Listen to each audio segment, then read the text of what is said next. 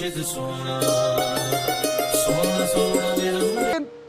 जे अखर पढ़ना है तो किहड़ा अखर पढ़ के असीं किहड़ा अखर सीख के असीं परमात्मा नूं जान सकते हैं और किहड़ा गुण अपने अंदर पैदा करके असीं प्रभु तक पहुँच सकते हैं और जीव ते किहड़ा मंत्र रख के असीं अपनी मंजिल नूं पा सकते हैं। तो इत्थे उन्हां सारियां चीज़ां दा जवाब दिता कि निवण सू अखर खवण गुण जीवा मणिया मंत्र कि निवण सू अखर कि अगर पढ़ना ही है तो निमरता का अखर पढ़, निमरता नूं पढ़, क्योंकि जिन्हें निमरता नूं ना पढ़िया उन्हें बाकी सब कुछ पढ़ भी लिया वो कहते व्यर्थ हो जाता है। इसलिए पढ़ना है तो निमरता नूं पढ़, अपने अंदर निमरता पैदा कर। जे तेरे अंदर निमरता है तो फिर समझ लै ये निमरता तो ही तेरी शुरुआत होंदी है परमात्मा की तरफ जान दी। और जब तक तेरे अंदर निमरता वाला गुण ही नहीं है तो समझ ला हाले तू अक्षर ही नहीं पढ़िया। जिद्दां कहंदे ना बच्चा जो शुरुआत करता तो पहला अक्षर जे आपां उहनूं हिंदी पढ़ाते हैं तो असीं उहनूं का खा तो शुरू कराते हैं या आ तो शुरू कराते हैं। जे असीं उहनूं इंग्लिश पढ़ाते हैं तो पहला अक्षर की हुंदा है ए बी फिर सी। जे असीं गुरमुखी पढ़ाते हैं तो पंजाबी च की आंदा है ऊड़ा ऐड़ा ईड़ी। सो समझ लो कि जो बच्चा ऊड़ा कह रहा है या ए कह रहा है तो मतलब हुण शुरुआत हो गई है दी ज्ञान की तरफ, वो बाहरी ज्ञान की तरफ हुण शुरुआत हो गई है अंदर कि हुण ये सीखना शुरू कर दिता इसने और हुण इन्हां शुरुआत कर दी है। हुण जे ए नूं पढ़ लिया है तो जैड तक भी पहुंचेगा, जे का नूं पढ़ लिया है तो अंत तक पहुंचेगा। शुरुआत कित्थों हुंदी है? पहले अक्षर तो। तो दसिया जाता कि परमात्मा के घर की शुरुआत का पहला अक्षर किहड़ा है? गुरु दसदे है निमरता। सब तो पहला शुरुआत विच साडे अंदर सब तो पहला अक्षर है निमरता। जदों तक साडे अंदर निमरता ही ना आई तो हम समझ लो हाले साडी उधर शुरुआत ही नहीं हुई। फिर असीं होर जो मर्जी बंदा कहे मैं तीर्थ यात्रा कर लई, मैं मक्के दे हज कर ले, मैं इत्थे पूजा कर लई, मैं इत्थे आ कर्म कर लिया, वो सारियां चीज़ां वो कहते व्यर्थ हो जांदियां जे शुरुआत ही ना रब दे घर च होई। समझदे हो कि नहीं? इसलिए शुरुआत कदों हुंदी है? जदों तेरे अंदर निमरता आंदी है। निवण दा निमरता दा अक्षर जदों तू पढ़ लैंदा है तो समझ लै परमात्मा के मार्ग ते तू पहला अक्षर सीख लिया। और जो शुरुआत च पहला अक्षर सीख लिया तो हुण तू मंजिल ते भी पहुंचेगा, क्योंकि मंजिल ते पहुंचने वास्ते सब तो पहला उस सही रास्ते ते पहला कदम उठाना जरूरी है। हुण तुसीं किते भी जाना होवे, किसी भी मंजिल ते पहुंचना होवे, शुरुआत तो पहले कदम तो ही हुंदी है ना। मंजिल तो बाद विच मिलदी है, क्योंकि मंजिल तो फिर उस हिसाब नाल मिलदी है कि जे 10 किलोमीटर जाना है तो बंदा कहंदा मैं इन्ने घंटे च पहुंचना है, जे 50 किलोमीटर जाना उन्ने घंटे च। पर शुरुआत हमेशा पहले कदम तो हुंदी है। तो हुण परमात्मा की मंजिल की तरफ जिहड़ी शुरुआत है ना, तो समझ लो ये कदों पता लगेगा कि असीं प्रभु के घर की तरफ पैर वधा दिता है। ये पता लगता है साडे अंदर ये पहला अक्षर निमरता। जिहदे अंदर निमरता आ गई समझ लो इन्हें प्रभु के मार्ग ते कदम रख दिता। इसलिए इत्थे गुरुआं ने जवाब दिता कि निवण सू अखर खवण गुण। हुण गुण किहड़ा अपने अंदर पैदा करना है? तो खवण का मतलब हुंदा क्षमा, कि क्षमा का गुण अपने अंदर पैदा कर, क्योंकि होर सब कुछ है बंदे कोल पर दूजे नूं माफ करन दी कला ही नहीं बंदे नूं आंदी। माड़ियां माड़ियां गल्लां लैके बंदा दिल ते बैठा रहिंदा और यही इंसान दे दुखां दा कारण भी है। हुण दुख क्यों है? बंदे नूं जरा अपने आप नूं बंदा सोच के देखो, ज़्यादातर बंदा दुखी हुंदा है वो यादां नूं याद करके जो उहदे नाल किसी ने बुरा कीता हुंदा है। किसी ने उहनूं बुरा बोलिया हुंदा है, किसी ने उहदे नाल बुरा कीता हुंदा है, किसी ने उहदी किते बेइज्जती कीती है, किसी ने उहनूं गाली दित्ती है, किसी ने उहनूं धोखा दिता है, यानी कुछ भी। हुण बंदा सारी जिंदगी उहनूं माफ़ नहीं कर पाता। इसलिए तो कई बार बंदा कह भी दिंदा है तू आ कर्म कीता सारी जिंदगी मैं तैनूं माफ़ नहीं करना। हुण जे रब दे घर नूं असीं पाना है, परमात्मा तक असीं जाना है, तो गुरुआं ने जवाब दिता कि तेरे अंदर गुण होना चाहिए क्षमा का। इसीलिए तो परमात्मा नूं भी की कहा जाता है? रहीम। रहीम किहनूं कहंदे आ? सब नूं माफ करन वाला। रहमान है वह, सब नूं बख्शण वाला। और उन्होंने बख्शणहार भी गुरुआं ने कहा है कि प्रभु है बख्शणहार। बख्शणहार का मतलब कि बड़े तो बड़ा पापी भी जाके जे सच्चे दिलों दे कोलों माफ़ी मंग लवे, क्षमा मंग लवे, तो उन्होंने वो परमात्मा, वो प्रभु, वो निरंकार बख्श दिंदा है। ਇਸ ਲਈ ਤਾਂ ਹਜ਼ੂਰ ਮੁਹੰਮਦ ਸਾਹਿਬ ਨੇ ਵੀ ਕਿਹਾ, ਜੇ ਤੋਬਾ ਕਰ ਲਏਗਾ, ਤੋਬਾ ਦਾ ਮਤਲਬ ਹੁੰਦਾ ਆਪਣੇ ਗੁਨਾਹਾਂ ਤੋਂ ਮਾਫੀ, ਤਾਂ ਉਹ ਖੁਦਾ ਤੈਨੂੰ ਬਖਸ਼ ਦੇਗਾ, ਕਿਉਂਕਿ ਬਖਸ਼ਣਹਾਰ ਹੈ। ਹੁਣ ਜੇ ਅਸੀਂ ਬਖਸ਼ਣਹਾਰ ਨੂੰ ਪਾਣਾ ਹੈ ਤਾਂ ਬਖਸ਼ਣਹਾਰ ਦੇ ਗੁਣ ਆਪਣੇ ਅੰਦਰ ਪੈਦਾ ਕਰਨੇ ਹੀ ਪੈਣਗੇ ਸਾਨੂੰ। ਇਸ ਲਈ ਇੱਥੇ ਗੁਰੂਆਂ ਨੇ ਕੋਈ ਬਾਹਰੀ ਭੇਸ਼ ਦੀ ਗੱਲ ਨਹੀਂ ਕੀਤੀ। ਉਹਨਾਂ ਨੇ ਕਿਹਾ ਪਹਿਲਾ ਅਕਸ਼ਰ ਸਿੱਖ ਨਿਮਰਤਾ ਦਾ, ਔਰ ਗੁਣ ਆਪਣੇ ਅੰਦਰ ਪੈਦਾ ਕਰ क्षमा ਕਰਨ ਦਾ। ਕਿ ਤੇਰੇ ਅੰਦਰ ਭਾਵਨਾ ਹੋਣੀ ਚਾਹੀਦੀ ਹੈ ਕਿ ਦੂਜੇ ਨੂੰ क्षमा ਕਰੇ। ਹੁਣ ਬੰਦਾ ਕਈ ਵਾਰ ਕਹਿੰਦਾ ਹੈ ਮੈਂ ਤਾਂ क्षमा ਤਾਂ ਕਰਾਂ, ਉਹ ਮੇਰੇ ਕੋਲ ਮਾਫੀ ਮੰਗੇ, ਮੈਨੂੰ ਸੌਰੀ ਕਵੇ ਤਾਂ ਹੀ ਮੈਨੂੰ ਮਾਫ ਕਰਾਂ। ਉਹਨਾਂ ਤਾਂ ਸੌਰੀ ਕਹੀ ਨਹੀਂ, ਮੈਂ ਮਾਫੀ ਕਿਉਂ ਮਾਂ? ਹੁਣ ਇਹਦਾ ਮਤਲਬ ਉਹ ਆਦਮੀ ਆਪਣੇ ਹੰਕਾਰ 'ਚ ਸਾਰੀ ਜ਼ਿੰਦਗੀ ਸੌਰੀ ਨਾ ਕਵੇ ਤਾਂ ਸਾਰੀ ਜ਼ਿੰਦਗੀ ਤੂੰ ਉਹ ਅੰਦਰ ਉਹ ਪੀੜਾ ਨੂੰ ਲੈ ਕੇ, ਉਹ ਕੰਡਾ ਸਾਰੀ ਜ਼ਿੰਦਗੀ ਅੰਦਰ ਲੈ ਕੇ ਬੈਠਾ ਰਵੇਂ ਤਾਂ ਦਰਦ ਕਿਹਨੂੰ ਹੋਣੀ ਹੈ? ਤੈਨੂੰ। ਇਸ ਲਈ ਉਹ ਮਾਫੀ ਮੰਗੇ ਨਾ ਮੰਗੇ, ਆਪਣੀ ਸ਼ਾਂਤੀ ਵਾਸਤੇ ਤੂੰ ਆਪਣੇ ਆਪ ਨੂੰ ਕਹਿ ਦੇ ਮੈਂ ਉਹਨੂੰ ਮਾਫ ਕੀਤਾ, ਕਿਉਂਕਿ ਇਹ ਕੰਡਾ ਮੈਨੂੰ ਚੁੱਭ ਰਿਹਾ ਨਾ, ਇਹ ਕੰਡਾ ਮੈਨੂੰ ਚੁੱਭ ਰਿਹਾ ਹੈ, ਤੈਨੂੰ ਕੱਢ ਕੇ ਮੈਂ ਸੁੱਟ ਦੇਵਾਂ। ਜਦੋਂ ਮਹਾਤਮਾ ਬੁੱਧ ਨੂੰ ਕਿਸੇ ਨੇ ਪੁੱਛਿਆ ਕਿ ਮਹਾਰਾਜ ਕ੍ਰੋਧ ਦਾ ਮਤਲਬ ਕੀ ਹੈ, ਤਾਂ ਉਸ ਵੇਲੇ ਮਹਾਤਮਾ ਬੁੱਧ ਨੇ ਕਿਹਾ ਕ੍ਰੋਧ ਦਾ ਮਤਲਬ ਹੈ ਦੂਜੇ ਦੇ ਪਾਪ ਦੀ ਸਜ਼ਾ, ਦੂਜੇ ਦੀ ਗਲਤੀ ਦੀ ਸਜ਼ਾ ਆਪਣੇ ਆਪ ਨੂੰ ਦੇਣੀ। ਗਲਤੀ ਦੂਜਾ ਕਰੇ ਤਾਂ ਸਜ਼ਾ ਅਸੀਂ ਕ੍ਰੋਧ ਕਰਕੇ ਆਪਣੇ ਆਪ ਨੂੰ ਦਿੰਦੇ ਹਾਂ। ਹੁਣ ਇਹੀ ਤਾਂ ਚੀਜ਼ ਇੱਥੇ ਵੀ ਹੈ। ਜੇ ਹੁਣ ਕੋਈ ਦੂਜਾ ਗਲਤੀ ਕਰਦਾ, ਫਰਜ਼ ਕਰੋ ਦੂਜੇ ਨੇ ਬੁਰਾ ਬੋਲਿਆ, ਬੁਰਾ ਬੋਲ ਕੇ ਗਲਤੀ ਉਹ ਨਾ ਕੀਤੀ, ਪਰ ਕ੍ਰੋਧਿਤ ਹੋ ਕੇ ਆਪਣੇ ਅੰਦਰੋਂ ਅੱਗ ਬਾਲ ਕੇ ਸਜ਼ਾ ਅਸੀਂ ਆਪਣੇ ਆਪ ਨੂੰ ਦੇ ਰਹੇ, ਸਾੜ ਆਪਣਾ ਖੂਨ ਰਹੇ ਹਾਂ, ਬੀਪੀ ਆਪਣਾ ਵਧਾ ਰਹੇ ਹਾਂ, ਅਸੀਂ ਤਕਲੀਫ ਆਪਣੇ ਆਪ ਨੂੰ ਦੇ ਰਹੇ ਹਾਂ ਅਸੀਂ। ਹੁਣ ਜਦੋਂ ਅਸੀਂ क्षमा ਕਰ ਦੇਵਾਂਗੇ, ਕੋਈ ਨਹੀਂ ਤੂੰ ਗਾਲੀ ਦਿੱਤੀ ਮੈਂ क्षमा ਕੀਤਾ, ਤਾਂ क्षमा ਕਰਨ ਦੇ ਨਾਲ ਕੀ ਹੋਣਾ? ਤੁਹਾਡੇ ਅੰਦਰ ਦੀ ਸ਼ਾਂਤੀ ਭੰਗ ਨਹੀਂ ਹੋਣੀ, ਤੁਹਾਡੇ ਅੰਦਰ ਸ਼ਾਂਤੀ ਦੀ ਅਵਸਥਾ ਰਹੇਗੀ, ਤੁਹਾਡੇ ਅੰਦਰ ਖੁਸ਼ੀ ਦੀ ਅਵਸਥਾ ਰਹੇਗੀ। ਕਿਉਂਕਿ ਜਦੋਂ ਤੁਸੀਂ ਦਿਲੋਂ ਕਹਿ ਦਿੰਦੇ ਮੈਂ क्षमा ਕੀਤਾ, ਪ੍ਰਮਾਤਮਾ ਇਹਦਾ ਭਲਾ ਕਰੇ, ਤਾਂ ਇੰਨਾ ਕਹਿਣ ਦੇ ਨਾਲ ਹੀ ਇੱਕ ਬੋਝ ਇਨਸਾਨ ਦੇ ਅੰਦਰੋਂ ਉਤਰ ਜਾਂਦਾ ਹੈ। ਇਸ ਲਈ ਗੁਰੂਆਂ ਨੇ ਕਿਹਾ ਖਵਣ ਗੁਣ, ਇਹ क्षमा ਦਾ ਗੁਣ ਆਪਣੇ ਅੰਦਰ ਪੈਦਾ ਕਰ, ਕਿਉਂਕਿ क्षमा ਦੀ ਭਾਵਨਾ ਤੇਰੇ ਅੰਦਰ ਹੋਣੀ ਚਾਹੀਦੀ ਹੈ। ਇਸ ਲਈ ਉਹ ਪ੍ਰਮਾਤਮਾ ਨੇ ਸਾਡੀ ਨਿਮਰਤਾ ਨੂੰ ਦੇਖਣਾ ਹੈ, ਸਾਡੇ ਅੰਦਰ ਦੀ क्षमा ਦੀ ਭਾਵਨਾ ਨੂੰ ਦੇਖਣਾ ਹੈ।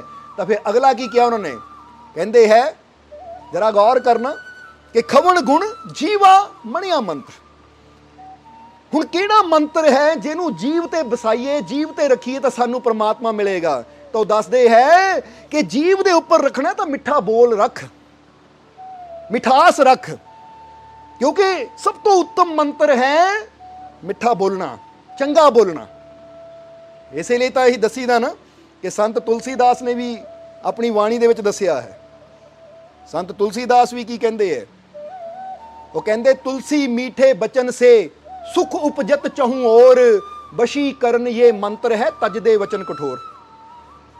ਉਹ ਕਹਿੰਦੇ ਮਿੱਠਾ ਬਚਨ ਬੋਲਣ ਨਾਲ ਸੁੱਖ ਉਪਜਤ ਚਾਹੂ ਔਰ, ਕਿ ਮਿੱਠਾ ਬਚਨ ਬੋਲਣ ਨਾਲ ਚਾਰੋਂ ਪਾਸੇ ਸੁੱਖ ਉਪਜਦਾ ਹੈ, ਸੁੱਖ ਪੈਦਾ ਹੁੰਦਾ, ਉਪਜਦਾ। ਜਿੱਦਾਂ ਬੰਦਾ ਕਹਿੰਦਾ ਨਾ ਕਿਸਾਨ ਨੇ ਬੀਜ ਬੋਇਆ ਤਾਂ ਫਸਲ ਉਪਜੀ, ਕਿਸਾਨ ਨੇ ਆਹ ਬੀਜ ਬੋਇਆ ਤਾਂ ਆਹ ਫਸਲ ਨਿਕਲੀ।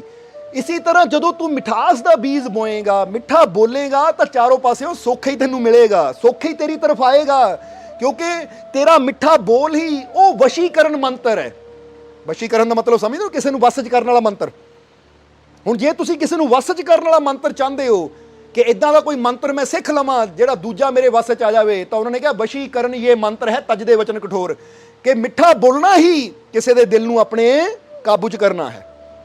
ਕਿਉਂਕਿ ਜਦੋਂ ਅਸੀਂ ਕਿਸੇ ਨਾਲ ਮਿੱਠਾ ਬੋਲਦੇ ਹਾਂ, ਕਿਸੇ ਨਾਲ ਪਿਆਰਾ ਬੋਲਦੇ ਹਾਂ, ਤਾਂ ਅਗਲਾ ਸਾਡੇ ਨਾਲ ਪਿਆਰ ਕਰਨਾ ਸ਼ੁਰੂ ਕਰ ਦਿੰਦਾ ਹੈ। ਔਰ ਪਿਆਰ ਵਿੱਚ ਜਦੋਂ ਕਿਸੇ ਨੂੰ ਕੋਈ ਗੱਲ ਕਹਾਂਗੇ ਨਾ ਮੰਨਣੀ ਵੀ ਹੈ, ਤਾਂ ਜਦੋਂ ਕਠੋਰ ਵਚਨ ਬੋਲਾਂਗੇ ਤਾਂ ਹੁਣ ਤੁਸੀਂ ਕਦੀ ਘਰ 'ਚ ਹੀ ਦੇਖ ਲਿਓ ਕਿ ਘਰ 'ਚ ਆਪਣੇ ਬੱਚਿਆਂ ਨੂੰ, ਆਪਣੀ ਪਤਨੀ ਨੂੰ ਜਾਂ ਆਪਣੇ ਪਤੀ ਨੂੰ ਕਠੋਰਤਾ ਨਾਲ ਬੋਲ ਕੇ ਦੇਖ ਲਿਓ, ਉਹਨਾਂ ਕਹਿਣਾ ਆਪੇ ਕਰ ਲਾ, ਮੇਰੇ ਤੋਂ ਨਹੀਂ ਹੁੰਦਾ। ਤੁਹਾਡਾ ਬੱਚਾ ਵੀ ਤੁਹਾਡਾ ਕਹਿਣਾ, ਜਾਂ ਤੁਹਾਡੀ ਪਤਨੀ ਵੀ ਤੁਹਾਡਾ ਕਹਿਣਾ, ਜਾਂ ਪਤੀ ਵੀ ਕਹਿਣਾ ਨਹੀਂ ਮੰਨੇਗਾ ਜੇ ਕਠੋਰਤਾ ਨਾਲ ਬੋਲੂਗੇ, ਗਾਲੀ ਦੇ ਕੇ ਬੋਲੂਗੇ। ਹਾਂ, ਜੇ ਜ਼ਿਆਦਾ ਹੀ ਡਰ ਹੈ ਤੁਹਾਡਾ ਤਾਂ ਕਰ ਤਾਂ ਦੇਗਾ, ਪਰ ਮਜਬੂਰੀ 'ਚ ਕਰੇਗਾ, ਖੁਸ਼ੀ ਨਾਲ ਨਹੀਂ ਕਰੇਗਾ। ਤਾਂ ਜਦੋਂ ਤੁਸੀਂ ਪਿਆਰ ਨਾਲ ਬੋਲੂਗੇ, ਔਰ ਪਿਆਰ ਨਾਲ ਤੁਸੀਂ ਕਿਸੇ ਅਣਜਾਣ ਨੂੰ ਵੀ ਕਹੋਗੇ ਨਾ ਭਾਜੀ ਜਾਂ ਭੈਣ ਜੀ ਆਹ ਕੰਮ ਇਦਾਂ ਕਰ ਦਿਓ, ਮਾੜਾ ਜਿਹਾ ਇਦਾਂ ਕਰ ਦਿਓ, ਦੇਖੋ ਉਹ ਵੀ ਕਰ ਦਿੰਦੇ ਆ। ਵਸ਼ੀਕਰਨ ਦਾ ਮਤਲਬ ਇਹੀ ਹੁੰਦਾ ਕਿ ਦੂਜੇ ਤੋਂ ਆਪਣਾ ਕੰਮ ਕਰਾਉਣਾ ਜਾਂ ਦੂਜੇ ਨੂੰ ਆਪਣੇ ਵੱਸ 'ਚ ਕਰਨਾ। ਹੁਣ ਇਸੇ ਤਰ੍ਹਾਂ ਜਦੋਂ ਮਿੱਠਾ ਕਿਸੇ ਨਾਲ ਬੋਲਦੇ ਤਾਂ ਇੱਕ ਕਿਸਮ ਦਾ ਅਸੀਂ ਉਹਦੇ ਦਿਲ ਨੂੰ ਆਪਣੇ ਨਾਲ ਜੋੜ ਲੈਂਦੇ ਹਾਂ, ਕਿਉਂਕਿ ਬੰਦਾ ਕਹਿੰਦਾ ਬੰਦਾ ਬੜਾ ਪਿਆਰਾ ਹੈ, ਇਹ ਬੋਲਦਾ ਸਭ ਨਾਲ ਪਿਆਰ ਨਾਲ ਹੈ, ਤਾਂ ਭਾਈ ਜੇ ਇਹਦਾ ਕੋਈ ਕੰਮ ਹੈ ਤਾਂ ਚਲੋ ਮੈਂ ਕਰਨ ਨੂੰ ਤਿਆਰ। इसलिए कहते तुलसी मीठे बचन से सुख उपजत चहु और वशीकरण जे मंत्र है तजदे वचन कठोर। वो कहते कठोरता का त्याग कर दे, कठोर वचनों का त्याग कर दे, क्योंकि जिन्नी तेरी वाणी च कठोरता आंदी जाएगी, जिन्ने तेरे कर्मां च कठोरता आंदी जाएगी, उन्ना तेरे दुश्मन भी वधदे चले जाणगे और तेरे जीवन च दुख भी वधदे चले जाणगे, तेरे जीवन च पीड़ा भी वधदियां चलियां जाणगियां। जिन्ना तेरी वाणी च निमरता होएगी, मिठास होएगी, प्यार होएगा, उन्ना तेरे मित्रां दी संख्या वधेगी और उन्ना तेरे जीवन च खुशियां भी चारों पासियों आनियां शुरू हो जाणगियां। इसे लिए इत्थे गुरबाणी जी गुरुआं ने जवाब दिता जदों पुछया कि कवण सू अखर कवण गुण कवण सू मणिए मंत्र, कि केड़ा गुण ओ केड़ा अखर ओ केड़ा मंत्र मैं पढ़ा, केड़ा भेष मैं धारण करा कि जिहड़ा मैनूं मेरा प्यारा मिल जावे। तो फिर देखो उहदे च जवाब है कि निवण सू अखर खवण गुण जीवा मणिया मंत्र, ए त्रै भैणे भेष कर तां बस आवे कंत, कि निमरता क्षमा दा गुण और सबना मिठा बोलण दा गुण, ए त्रै भैणे भेष कर, ए तिन ए भैणे ए तिन भेष धारण कर लै, फिर तेनू तेरा कंत तेरा पति मिलेगा। ये तिन भेष बना लै तू। हुण इत्थे भेष, हुण देखो निमरता ये अंदर दा गुण है, बोलो समझदे हो कि नहीं, क्षमा करना ये अंदर दा गुण है और मिठा बोलना ये अंदर दा गुण है। इत्थे शरीर दा कोई संबंध नहीं है, शरीर दा कोई ताल्लुक नहीं है। इसलिए गुरुआं रहबरां ने पीरां फकीरां ने यही गल दसी है। संत कबीर जी भी अपनी वाणी च कहंदे कि तन को जोगी सब करे मन को करे ना कोई, सहजे सब सिद्धि पाइए जो मन जोगी होए। हुण कबीर साहब ने भी यही गल अपनी वाणी च दसी। वो कहंदे भेष तू जिहड़ा मर्जी बना सकदा है, क्योंकि बाहरला भेष ऐसी अपनी अपनी सुविधा अनुसार जो सानू चंगा लगता है उहदे मुताबिक असीं धारण कर सकते हाँ। पर जदों गल आंदी है परमात्मा नूं पाण दी, जदों गल आंदी है प्रभु तक पहुंचण दी, तां उस वेले इत्थे तां कबीर साहब ने साफ दस्सिया है, जद दस्सिया कि बाबा फरीद जी ने अपनी वाणी च दस्सिया है और कबीर साहब ने भी ये गल यही क्लीयर की है कि तन को जोगी सब करे, कि तन नूं तू योगी कर भी लिया, तन नूं तू अपने मुताबिक जो योग दे नियम है वो योग दे मुताबिक तू अपने तन नूं रंग भी लिया, उदां दा बना भी लिया, पर जे मन ही तेरा जोगी ना होया तो फिर कहंदे तैनूं परमात्मा कित्थों मिलेगा। इसलिए सहजे सब सिद्धि पाइए, वो जिन्नियां सिद्धियां है वो बड़ी सहजता दे नाल तू प्राप्त कर सकदा है जो मन जोगी होए। कि अगर अपने मन नूं योग दुआ देवें, तां ही तां हमेशा दस्सिया है ना कि बंदा पुछदा कि हत्थ 'च माला फड़ के सिमरन करना चाहिए या नहीं, तो वह भी कबीर साहब जवाब दिंदे है कि माला तो कर में फिरे, माला तेरे हत्थ 'च फिरदी है, जीव फिरे मुख माही, मनुआ तो चौह दिस फिरे जे तो सिमरन नाही। वो कहंदे हत्थ 'च माला फड़ी है और हत्थ 'च माला फेर रहा है और जुबान तेरी मूँह 'च फिर रही है, पर मन तेरा चारों दिशावां 'च फिर रहा है और तू कहंदा सिमरन, ये सिमरन नहीं है। इसलिए फिर उन्होंने कहा कि जे प्रभु नूं पाना है तो यह कर दे मनके नूं, ये हत्थ दे मनके नूं छड्ड तां अपने मन दे मनके नूं फेर, क्योंकि मन दा मनका फिरेगा तो फिर परमात्मा मिलना है। ये शरीर दे मनके फेरन नाल, ये बाहरले माला दे मनके फेरन नाल परमात्मा नहीं मिलना। तां ही तां तुसीं देखोगे गुरबाणी च भी गुरुआं ने कहा ना कि माथे तिलक हत्थ माला वाना लोगों ने राम खिलौना जाना। इत्थे गुरुआं ने भी गल बाहरी बाणे दी कीती, बाहरी भेष दी कीती। वो कहते लोगों ने परमात्मा नूं खिलौना समझ लिया, वो बाहरों संतां फकीरां वाला भेष तां बना लैंदे है, पर की फायदा जे अंदर उन्हां दे निमरता नहीं है, वो प्रेम नहीं है, वो गुण नहीं है जो कि प्रभु नूं पाण वाले हुंदे हैं। तां ही कहंदे कि दादू बाहर क्या करे जो भीतर साफ ना होए। हुण देखो संत दादू भी की कहंदे है कि दादू बाहर क्या करे जो भीतर साफ ना होए, पिया का मिलना सहज है जब भीतर की मल धोए। हुण संत दादू ने भी बाहर की गल नहीं की, कहते दादू बाहर क्या करे, बाहरों तू की कर रहा है, ये परमात्मा नूं कोई मतलब नहीं है, बाहरों तू की कर रहा है। हुण इंसान सऊदी अरब चल जाए, उत्थे बाहरला भेष कुछ होर है, अरवल चले जाओ भेष कुछ बाहरला होर है। फिर इंसान जब तुसीं देखते हो किसी होर कंट्री वाल चल जाए तो हर कंट्री का एक अपना पहरावा है, अपनी वेशभूषा है। हुण तुसीं देखते हो ना कि जे आपां हिमाचल वाल चले जाइए तो हिमाचल की अपनी वेशभूषा, टोपी लाते हिमाचल वाले या किदां अपना वेशभूषा धारण करते। फिर आपां चेन्नई वाल चले जाइए ਉਧਰ ਦੀ ਆਪਣੀ ਵੇਸ਼ਭੂਸ਼ਾ ਹੈ। ਹੁਣ ਜੇ ਆਪਾਂ ਕਿਸੇ ਕੰਟਰੀ 'ਚ ਜਾਂਦੇ ਆ, ਕਿਸੇ ਸਟੇਟ 'ਚ ਜਾਂਦੇ ਆ, ਤਾਂ ਹਰ ਸਟੇਟ ਦੀ ਬੋਲੀ ਜਾਂ ਹਰ ਸਟੇਟ ਦੀ ਵੇਸ਼ਭੂਸ਼ਾ ਅਲੱਗ ਹੈ। ਹੁਣ ਉਹ ਦੱਸਦੇ ਕਿ ਬਾਹਰਲੀ ਵੇਸ਼ਭੂਸ਼ਾ ਤਾਂ ਤੇਰੀ ਆਪਣੀ ਸੁਵਿਧਾ ਵਾਸਤੇ ਹੈ, ਤੂੰ ਕੁਝ ਵੀ ਰੱਖ ਸਕਦਾ ਹੈ। ਉਹਦੇ ਨਾਲ ਸੰਤ ਦਾਦੂ ਨੇ ਵੀ ਦੱਸਿਆ ਹੈ ਕਿ ਉਹਦੇ ਨਾਲ ਪ੍ਰਮਾਤਮਾ ਨੂੰ ਕੋਈ ਲਿੰਕ ਨਹੀਂ ਹੈ, ਸੰਬੰਧ ਨਹੀਂ ਹੈ, ਪ੍ਰਮਾਤਮਾ ਨੂੰ ਕੋਈ ਉਹਦੇ ਨਾਲ ਮਤਲਬ ਨਹੀਂ ਹੈ ਕਿ ਤੇਰਾ ਬਾਹਰੋਂ ਵੇਸ਼ ਕੀ ਹੈ। ਇਸ ਲਈ ਉਹ ਦੱਸਦੇ ਦਾਦੂ ਬਾਹਰ ਕਿਆ ਕਰੇ ਜਬ भीतर साफ ना होए, कि तेरे अंदर दी सफाई नाल परमात्मा नूं मतलब है, तेरे बाहर नाल मतलब नहीं है। जिद्दां समझ लो कि जे किसी मेहमान ने घर जाना ना, हुण बाहरों तुहाडे घर दा रंग की है, बाहरों तुहाडे घर दा डिज़ाइन की है, मेहमान नूं इहदे नाल मतलब नहीं। उन्हां दा देखना जिस कमरे 'च तुसीं बैठना वो जगह साफ होवे जिथे आपां नूं बिठाना है, वो है अंदर। समझदे हो कि नहीं? इसी तरह परमात्मा ने भी साडे अंदर दी सफाई देखनी है। जिद्दां कहंदे ना, ये दिल रब सच्चे दा हुजरा विच पा फकीरा झाती हूँ ना कड़ मिन्नता ख्वाज खिजर दियां तेरे अंदरे आव हियाती हूँ। सुल्तान वाहू कहंदे ओ रब दा कमरा तो तेरा ये दिल है, इनू साफ कर। ओनू तेरे शरीर नाल कोई मतलब नहीं है, ओनू तेरे हिरदे नाल मतलब है। ये दिल रब सच्चे दा हुजरा, हुजरा यानी कमरा, विच पा फकीरा झाती हूँ। ए फकीर झाती मारनी है तो लोगों के शरीरां नू ना देख, बाहर नू ना देख, वेशभूषा ना देख, लोगों के हिरदे नू देख या अपने हिरदे नू देख।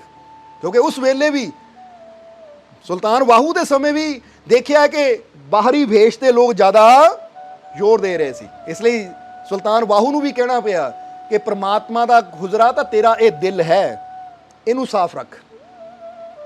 ये दिल तेरा साफ होना चाहिए है, बाहरी वेश जो तेनू अच्छा लगे, क्योंकि वो तेरी अपनी खुशी है।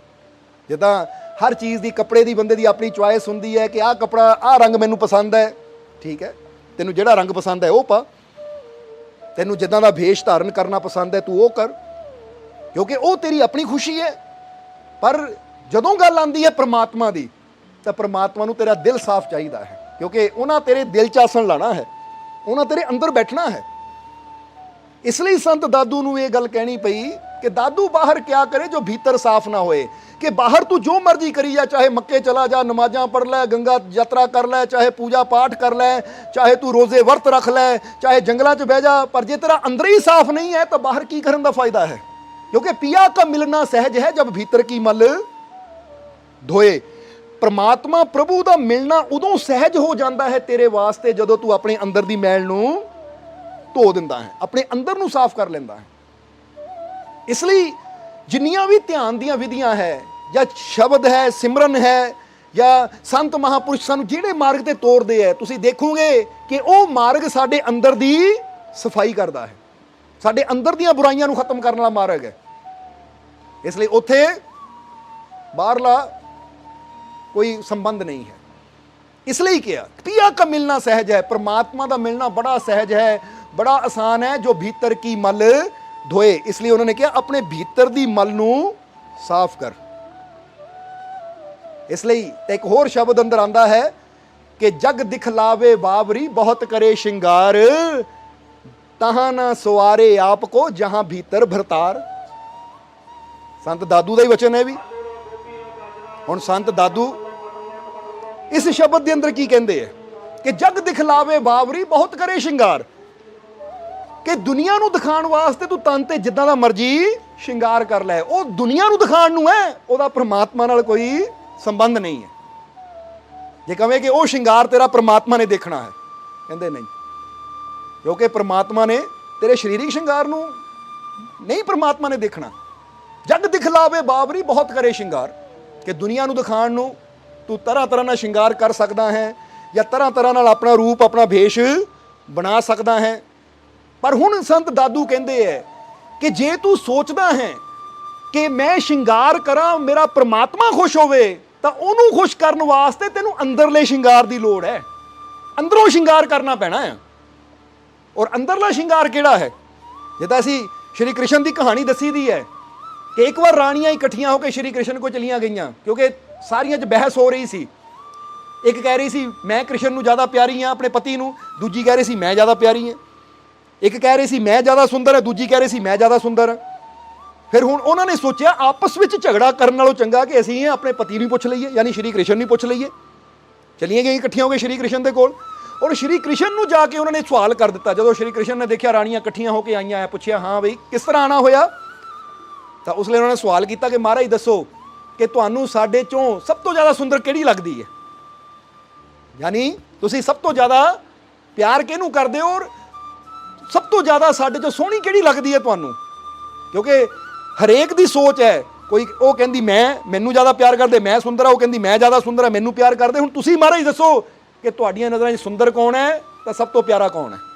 ਤਾਂ ਸ਼੍ਰੀ ਕ੍ਰਿਸ਼ਨ ਮੁਸਕਰਾਏ, ਕਹਿੰਦੇ ਸਾਡੀਆਂ ਨਜ਼ਰਾਂ 'ਚ ਸਭ ਤੋਂ ਸੁੰਦਰ ਕੌਣ ਹੈ ਔਰ ਸਭ ਤੋਂ ਪਿਆਰਾ ਕੌਣ ਹੈ, ਉਹ ਜਾਣਨਾ ਹੈ। ਰਾਣੀਆਂ ਕਹਿੰਦੀਆਂ ਹਾਂ। ਤਾਂ ਸ਼੍ਰੀ ਕ੍ਰਿਸ਼ਨ ਕਹਿੰਦੇ ਉਹਦਾ ਜਵਾਬ ਫਿਰ ਮੈਂ ਇੱਥੇ ਨਹੀਂ ਦੇ ਸਕਦਾ, ਉਹਦੇ ਵਾਸਤੇ ਤੁਹਾਨੂੰ ਮੇਰੇ ਨਾਲ ਚੱਲਣਾ ਪਏਗਾ। ਰਾਣੀਆਂ ਕਹਿੰਦੀਆਂ ਠੀਕ ਹੈ ਜੀ, ਜਵਾਬ ਸਾਨੂੰ ਚਾਹੀਦਾ ਹੀ ਹੈ, ਲੈ ਜਿੱਥੇ ਮਰਜ਼ੀ ਜਾਓ, ਕਿਉਂਕਿ ਤੁਹਾਡੇ ਨਾਲ ਹੀ ਜਾਣਾ ਹੈ, ਪਤੀ ਨਾਲ ਜਾਣ 'ਚ ਸਾਨੂੰ ਕੀ ਡਰ, ਜਿੱਥੇ ਮਰਜ਼ੀ ਲੈ ਜਾਓ। ਸ਼੍ਰੀ ਕ੍ਰਿਸ਼ਨ ਕਹਿੰਦੇ ਆ ਜਾਓ। ਫਿਰ ਅੱਗੇ ਅੱਗੇ ਕ੍ਰਿਸ਼ਨ ਤੁਰ ਪਏ, ਪਿੱਛੇ ਪਿੱਛੇ ਰਾਣੀਆਂ ਮਹਿਲ ਤੋਂ ਬਾਹਰ ਆ ਗਏ। ਹੁਣ ਨਾ ਰੱਥ ਨਾ ਸੈਨਿਕ, ਸ਼੍ਰੀ ਕ੍ਰਿਸ਼ਨ ਇਕੱਲੇ ਹੀ। ਸੈਨਿਕਾਂ ਨੂੰ ਮਨਾ ਕਰਤਾ ਰੁਕੋ ਬਈ, ਕਿਉਂਕਿ ਸੈਨਿਕਾਂ ਦੀ ਲੋੜ ਤਾਂ ਉੱਥੇ ਹੁੰਦੀ ਜਿੱਥੇ ਜੰਗ ਜਾਣਾ ਹੋਵੇ। ਅਸੀਂ ਤਾਂ ਆਪਣੇ ਪਿਆਰਿਆਂ ਨਾਲ ਜਾ ਰਹੇ ਹਾਂ ਔਰ ਦੱਸਣ ਜਾ ਰਹੇ ਹਾਂ ਕਿ ਸਾਡੀਆਂ ਨਜ਼ਰਾਂ 'ਚ ਸੁੰਦਰ ਕੌਣ ਹੈ, ਸਾਡੀਆਂ ਨਜ਼ਰਾਂ 'ਚ ਪਿਆਰਾ ਕੌਣ ਹੈ। ਚਲਦੇ ਚਲਦੇ ਚਲਦੇ ਚਲਦੇ ਸ਼੍ਰੀ ਕ੍ਰਿਸ਼ਨ ਇੱਕ ਐਸੀ ਜਗ੍ਹਾ ਆ ਗਏ ਜਿੱਥੇ ਇੱਕ ਝੌਂਪੜੀ ਹੈ, ਕੱਖਾਂ ਦੀ ਕੁੱਲੀ ਹੈ, ਉਹਦੇ ਬਾਹਰ ਆ ਕੇ ਖੜ ਗਏ। ਤਾਂ ਰਾਣੀਆਂ ਨੇ ਕਿਹਾ ਮਹਾਰਾਜ ਤੁਸੀਂ ਇੱਥੇ ਕਿਉਂ ਸਾਨੂੰ ਲੈ ਕੇ ਆ ਗਏ। ਤਾਂ ਸ਼੍ਰੀ ਕ੍ਰਿਸ਼ਨ ਕਹਿੰਦੇ ਇੱਥੇ ਲੈ ਕੇ ਆਉਣ ਦਾ ਸਾਡਾ ਮਕਸਦ ਹੈ ਤੁਹਾਡੇ ਸਵਾਲ ਦਾ ਜਵਾਬ ਦੇਣਾ। ਉਹ ਕਹਿੰਦੀਆਂ ਜੀ ਇੱਥੇ ਇਸ ਝੌਂਪੜੀ ਵਿੱਚ ਸਾਡੇ ਸਵਾਲ ਦਾ ਜਵਾਬ ਹੈ। ਸ਼੍ਰੀ ਕ੍ਰਿਸ਼ਨ ਕਹਿੰਦੇ ਹਾਂ, ਇਸ ਝੌਂਪੜੀ ਦੇ ਅੰਦਰ ਤੁਹਾਡੇ ਸਵਾਲ ਦਾ ਜਵਾਬ ਹੈ। ਰਾਣੀਆਂ ਕਹਿੰਦੀਆਂ ਕੀ ਮਤਲਬ, ਅਸੀਂ ਸਮਝਿਆ ਨਹੀਂ। ਸ਼੍ਰੀ ਕ੍ਰਿਸ਼ਨ ਕਹਿੰਦੇ ਤੁਸੀਂ ਸਾਨੂੰ ਸਵਾਲ ਕੀਤਾ ਸੀ ਤੁਹਾਡੀਆਂ ਨਜ਼ਰਾਂ 'ਚ ਸੁੰਦਰ ਕੌਣ ਹੈ ਔਰ ਤੁਸੀਂ ਪਿਆਰ ਕਿਹਨੂੰ ਜ਼ਿਆਦਾ ਕਰਦੇ ਹੋ, ਬਸ ਉਹਦਾ ਜਵਾਬ ਇੱਥੇ ਹੀ ਹੈ। ਰਾਣੀਆਂ ਨੇ ਕਿਹਾ ਦੱਸੋ ਫਿਰ। ਸ਼੍ਰੀ ਕ੍ਰਿਸ਼ਨ ਕਹਿੰਦੇ ਰੁਕੋ, ਜਿਹੜਾ ਸਾਡੀਆਂ ਨਜ਼ਰਾਂ 'ਚ ਸੁੰਦਰ ਹੈ ਔਰ ਜਿਹਨੂੰ ਅਸੀਂ ਪਿਆਰ ਕਰਦੇ ਉਹਨੂੰ ਹੁਣੇ ਮਿਲਾਉਂਦੇ ਹਾਂ ਤੁਹਾਡੇ ਨਾਲ। ਜਦੋਂ ਇੰਨੀ ਗੱਲ ਕਹੀ ਮਿਲਾਉਂਦੇ ਹਾਂ ਤਾਂ ਰਾਣੀਆਂ ਦਾ ਪੈਰਾਂ ਥੱਲੇ ਜ਼ਮੀਨ ਨਿਕਲ ਗਈ। ਇਹਦਾ ਮਤਲਬ ਹੋਰ ਵੀ ਕੋਈ ਹੈ, ਇਹਦਾ ਮਤਲਬ ਹੋਰ ਵੀ ਕੋਈ ਹੈ ਜਿਹਨੂੰ ਇਹ ਸਾਡੇ ਤੋਂ ਵੀ ਸੋਹਣਾ ਮੰਨਦੇ ਆ ਔਰ ਸਾਡੇ ਤੋਂ ਵੀ ਜ਼ਿਆਦਾ ਪਿਆਰ ਕਰਦੇ ਆ। ਕਹਿੰਦੇ ਹੁਣੇ ਮਿਲਾਉਂਦੇ ਆ। ਸੋਚਦੀਆਂ ਤਾਂ ਇਹ ਸੀ ਕਿ ਸ਼ਾਇਦ ਸਾਡੇ ਵੱਲ ਉਂਗਲੀ ਕਰਨਗੇ ਕਿ ਆਹ ਸੁੰਦਰ ਹੈ ਜਾਂ ਆਹ ਪਿਆਰੀ ਹੈ, ਪਰ ਨਹੀਂ, ਇਹ ਕਹਿੰਦੇ ਹੁਣੇ ਮਿਲਾਉਂਦੇ ਆ। ਦਿਲ ਧਕ ਧਕ ਕਰਨ ਲੱਗ ਗਏ। ਸ਼੍ਰੀ ਕ੍ਰਿਸ਼ਨ ਝੌਂਪੜੀ ਦੇ ਅੰਦਰ ਗਏ, ਰਾਣੀਆਂ ਬਾਹਰ ਖੜੀਆਂ ਹੈ। ਅੰਦਰ ਗਏ, ਥੋੜੀ ਦੇਰ ਬਾਅਦ ਜਦੋਂ ਸ਼੍ਰੀ ਕ੍ਰਿਸ਼ਨ ਬਾਹਰ ਆਏ ਤਾਂ ਉਹਨਾਂ ਦੇ ਹੱਥ 'ਚ ਇੱਕ ਹੱਥ ਹੈ ਔਰ ਨਾਲ ਲੈ ਕੇ ਆਏ। ਰਾਣੀਆਂ ਦੇਖ ਰਹੀਆਂ ਹੈ, ਪਰ ਜਿੱਦਾਂ ਹੀ ਰਾਣੀਆਂ ਨੇ ਦੇਖਿਆ ਹੈਰਾਨ ਰਹਿ ਗਈਆਂ ਕਿ ਇੱਕ ਬਿਰਧ ਮਾਈ ਹੈ ਜਿਹਦੇ ਸਿਰ ਦੇ ਬਾਲ ਚਿੱਟੇ ਹੈ, ਝੁਰਰੀਆਂ ਨਾਲ ਫੇਸ, ਚਿਹਰਾ ਭਰਿਆ ਹੋਇਆ ਹੈ। ਤਾਂ ਦੇਖ ਕੇ ਹੈਰਾਨ ਰਹਿ ਗਈਆਂ। ਕ੍ਰਿਸ਼ਨ ਲੈ ਕੇ ਆਏ, ਹੱਥ 'ਚ ਹੱਥ ਫੜ ਕੇ ਸਹਾਰਾ ਦੇ ਕੇ ਖੜਾ ਕਰਤਾ ਉਹਨੂੰ। ਕਹਿੰਦੇ ਲਓ, ਤੁਸੀਂ ਪੁੱਛਦੇ ਤੁਹਾਡੀਆਂ ਨਜ਼ਰਾਂ 'ਚ ਸਭ ਤੋਂ ਸੁੰਦਰ ਕੌਣ ਹੈ ਔਰ ਤੁਹਾਡੀਆਂ ਨਜ਼ਰਾਂ 'ਚ ਸਭ ਤੋਂ ਪਿਆਰਾ ਕੌਣ ਹੈ। ਉਹਨਾਂ ਨੇ ਇਸ਼ਾਰਾ ਕੀਤਾ, ਕਹਿੰਦੇ ਇਹ ਹੈ ਸਾਡੀਆਂ ਨਜ਼ਰਾਂ 'ਚ ਸਭ ਤੋਂ ਜ਼ਿਆਦਾ ਸੁੰਦਰ ਔਰ ਸਭ ਤੋਂ ਜ਼ਿਆਦਾ ਪਿਆਰੀ। ਰਾਣੀਆਂ ਕਹਿੰਦੀਆਂ ਮਹਾਰਾਜ ਸਮਝ ਨਹੀਂ ਆਈ ਸਾਨੂੰ, ਇਹਦਾ ਚਿਹਰਾ ਦੇਖੋ, ਚਿਹਰਾ ਝੁਰੜੀਆਂ ਨਾਲ ਭਰਿਆ, ਸਿਰ ਦੇ ਬਾਲ ਚਿੱਟੇ, ਹੱਥ ਵੀ ਜਿੱਦਾਂ ਹੁਣ ਤੁਸੀਂ ਦੇਖੋ ਇਕੱਠੇ ਜਿਹੇ ਹੋ ਜਾਂਦੇ, ਮਾਸ ਇਕੱਠਾ ਹੋ ਜਾਂਦਾ ਹੈ, ਅੱਖਾਂ ਦੀ ਰੌਸ਼ਨੀ ਵੀ ਕਮਜ਼ੋਰ ਹੈ ਔਰ ਉਹਦੀ ਹਾਲਤ ਦੇਖ ਕੇ ਤਾਂ ਪਤਾ ਲੱਗਦਾ ਕੰਨਾਂ ਦਾ ਸੁਣਨਾ ਵੀ ਘੱਟ ਹੈ, ਕਿਉਂਕਿ ਜਿੱਦਾਂ ਦੀ ਹਾਲਤ ਹੈ ਪੈਰਾਂ ਤੇ ਖੜੀ ਵੀ ਨਹੀਂ ਹੁੰਦਾ, ਕਿਉਂਕਿ ਥੋੜਾ ਝੁੱਕੇ ਤੁਰ ਰਹੀ ਹੈ ਮਾਈ। ਤਾਂ ਪੁੱਛਿਆ ਜੀ ਇਹ ਕਿਸ ਤਰ੍ਹਾਂ, ਤੁਸੀਂ ਸਾਨੂੰ ਦੇਖੋ, ਕਿੱਥੇ ਸਾਡੇ ਇੰਨੇ ਸੁੰਦਰ ਚਿਹਰੇ ਹੈ ਔਰ ਕਿੱਥੇ ਇਹ ਮਾਈ, ਤੁਸੀਂ ਕਹਿ ਰਹੇ ਹੋ ਇਹ ਸਭ ਤੋਂ ਜ਼ਿਆਦਾ ਸੁੰਦਰ ਸਾਡੀਆਂ ਨਜ਼ਰਾਂ 'ਚ ਔਰ ਸਭ ਤੋਂ ਪਿਆਰੀ, ਸਮਝੇ ਨਹੀਂ ਅਸੀਂ।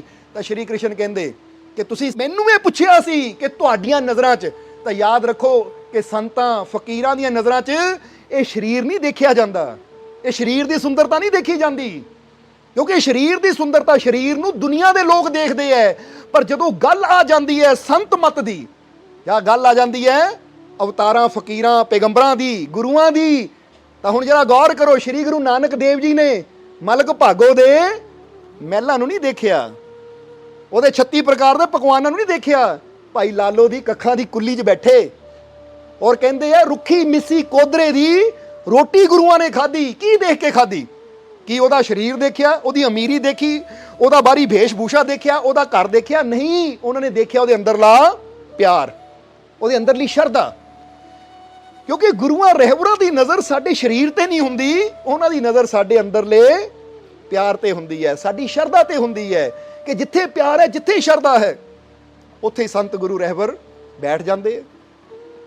ਹੁਣ ਸ਼੍ਰੀ ਕ੍ਰਿਸ਼ਨ ਨੇ ਇੱਥੇ ਕੀ ਕਿਹਾ ਕਹਿੰਦੇ ਤੁਸੀਂ ਮੈਨੂੰ ਪੁੱਛਿਆ ਸੀ ਤੁਹਾਡੀਆਂ ਨਜ਼ਰਾਂ 'ਚ ਸੁੰਦਰ ਕੌਣ ਹੈ, ਤੁਹਾਡੀਆਂ ਨਜ਼ਰਾਂ 'ਚ ਪਿਆਰਾ ਕੌਣ ਹੈ, ਤਾਂ ਇਹ ਮਾਈ ਮੇਰੀਆਂ ਨਜ਼ਰਾਂ 'ਚ ਸਭ ਤੋਂ ਸੁੰਦਰ ਹੈ ਔਰ ਮੈਨੂੰ ਸਭ ਤੋਂ ਪਿਆਰੀ ਹੈ। ਉਹ ਕਹਿੰਦੇ ਜੀ ਕਿਸ ਤਰ੍ਹਾਂ ਦੱਸੋ? ਇਹਦੇ ਚਿਹਰੇ ਤੇ ਝੁਰਰੀਆਂ, ਸਿਰ ਦੇ ਬਾਲ ਚਿੱਟੇ, ਅੱਖਾਂ ਤੇ ਰੋਸ਼ਨੀ ਘੱਟ, ਕੰਨਾਂ ਤੋਂ ਸੁਣਾਈ ਨਹੀਂ ਦਿੰਦਾ, ਇਹਨੂੰ ਤੁਸੀਂ ਸਭ ਤੋਂ ਜ਼ਿਆਦਾ ਪਿਆਰ ਕਰਦੇ ਹੋ, ਇਹ ਤੁਹਾਡੀ ਪਿਆਰੀ? ਸ਼੍ਰੀ ਕ੍ਰਿਸ਼ਨ ਕਹਿੰਦੇ ਹਾਂ, ਕਿਉਂਕਿ ਇਹਦੇ ਕੰਨ ਮੈਨੂੰ ਪਿਆਰੇ ਹੈ। ਬੇਸ਼ੱਕ ਜਿੱਦਾਂ ਬੰਦਾ ਕਹਿੰਦਾ ਨਾ ਕੰਨ, ਬੰਦਾ ਕਹਿੰਦਾ ਝੁਰਰੀਆਂ ਪੈ ਗਈਆਂ, ਮਾਸ ਢਿੱਲਾ ਪੈ ਗਿਆ, ਪਰ ਪਿਆਰੇ ਹੈ ਕਿਉਂਕਿ ਇਹਨਾਂ ਕੰਨਾਂ ਨਾਲ ਸਦਾ ਇਹਨਾਂ ਹਰੀ ਨਾਮ ਸੁਣਿਆ ਹੈ, ਇਹਨਾਂ ਹੱਥਾਂ ਨਾਲ ਸਦਾ ਇਹਨਾਂ ਸੰਤਾਂ ਦੀ ਸੇਵਾ ਕੀਤੀ ਹੈ। ਚੱਕੀ ਪੀ ਕੇ, ਆਟਾ ਤਿਆਰ ਕਰਕੇ, ਜਿੰਨਾ ਚਿਰ 'ਚ ਜਾਨ ਸੀ, ਹਿੰਮਤ ਸੀ, ਇਹ ਸੰਤਾਂ ਸਾਧੂਆਂ ਦੀ ਸੇਵਾ ਕੀਤੀ ਇਸ ਨੇ। ਇਹ ਜਵਾਨ ਨਾਲ ਇਹਨਾਂ ਸਦਾ ਪ੍ਰਭੂ ਦਾ ਗੁਣਗਾਨ ਕੀਤਾ ਹੈ। ਤਾਂ ਸ਼੍ਰੀ ਕ੍ਰਿਸ਼ਨ ਨੇ ਕਿਹਾ ਤੁਹਾਡੇ ਹੱਥਾਂ 'ਚ ਸੋਨੇ ਦੇ ਕੰਗਣ ਹੋ ਸਕਦੇ ਹੈ, ਪਰ ਇਹਨਾਂ ਹੱਥਾਂ ਨਾਲ ਸੇਵਾ ਕੀਤੀ ਹੈ, ਦਾਨ ਕੀਤਾ ਹੈ, ਔਰ ਦਾਨ ਵਰਗਾ ਕੰਗਣ, ਸੇਵਾ ਵਰਗਾ ਕੰਗਣ ਹੋਰ ਕੋਈ ਨਹੀਂ ਹੈ। ਤਾਂ ਹੀ ਕਹਿੰਦੇ ਹੱਥਾਂ ਦਾ ਅਸਲੀ ਸ਼ਿੰਗਾਰ ਕਿਹੜਾ ਹੈ? ਇਹਨਾਂ ਹੱਥਾਂ ਨਾਲ ਸੇਵਾ ਕਰੋ, ਦਾਨ ਪੁੰਨ ਕਰੋ, ਉਹ ਹੈ ਹੱਥਾਂ ਦਾ ਅਸਲੀ ਸ਼ਿੰਗਾਰ। ਇਹ ਕੰਨਾਂ ਦਾ ਅਸਲੀ ਸ਼ਿੰਗਾਰ ਕੀ ਹੈ? ਕੰਨਾਂ ਦਾ ਅਸਲੀ ਸ਼ਿੰਗਾਰ ਹੈ ਇਹਨਾਂ ਕੰਨਾਂ ਨਾਲ ਹਰੀ ਨਾਮ ਸੁਣੋ। ਇਹ ਅੱਖਾਂ ਦਾ ਅਸਲੀ ਸ਼ਿੰਗਾਰ ਕੀ ਹੈ? ਕੋਈ ਕੱਜਲ ਲਾ ਦਿੰਦਾ, ਕੋਈ ਕੁਛ ਕਰਦਾ, ਪਰ ਅੱਖਾਂ ਦਾ ਅਸਲੀ ਸ਼ਿੰਗਾਰ ਹੈ ਇਹਨਾਂ ਅੱਖਾਂ ਨਾਲ ਅੱਛਾ ਦੇਖੋ, ਗੁਰੂਆਂ ਰਹਿਬਰਾਂ ਦੇ ਦਰਸ਼ਨ ਕਰੋ, ਕੋਈ ਪਵਿੱਤਰ ਗ੍ਰੰਥ ਪੜੋ, ਕੋਈ ਸੰਤਾਂ ਮਹਾਂਪੁਰਸ਼ਾਂ ਦੀ ਬਾਣੀ ਪੜੋ, ਤਾਂ ਕਿ ਇਹਨਾਂ ਅੱਖਾਂ ਨਾਲ ਕੁਛ ਅੱਛਾ ਦੇਖੀਏ।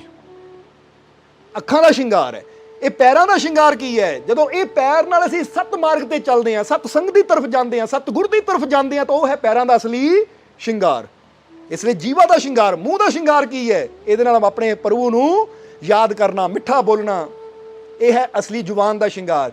ਸੋ ਸ਼੍ਰੀ ਕ੍ਰਿਸ਼ਨ ਕਹਿੰਦੇ ਤੁਹਾਡੇ ਸ਼ਿੰਗਾਰ ਬਾਹਰੀ ਹੈ, ਪਰ ਮਾਈ ਮੈਨੂੰ ਇਸ ਲਈ ਪਿਆਰੀ ਹੈ ਕਿਉਂਕਿ ਇਹ ਨਾ ਆਪਣੀ ਰੂਹ ਦਾ ਸ਼ਿੰਗਾਰ ਕੀਤਾ ਹੈ, ਔਰ ਮੈਂ ਰੂਹ ਨੂੰ ਦੇਖਣ ਵਾਲਾ ਹਾਂ, ਸਰੀਰ ਨਾਲ ਮੈਨੂੰ ਕੋਈ ਮਤਲਬ ਨਹੀਂ ਹੈ। ਤਾਂ ਹੀ ਤਾਂ ਇੱਥੇ ਸੰਤ ਦਾਦੂ ਨੇ ਵੀ ਕਿਹਾ ਕਿ ਜਗ ਦਿਖਲਾਵੇ ਬਾਬਰੀ ਬਹੁਤ ਕਰੇ ਸ਼ਿੰਗਾਰ।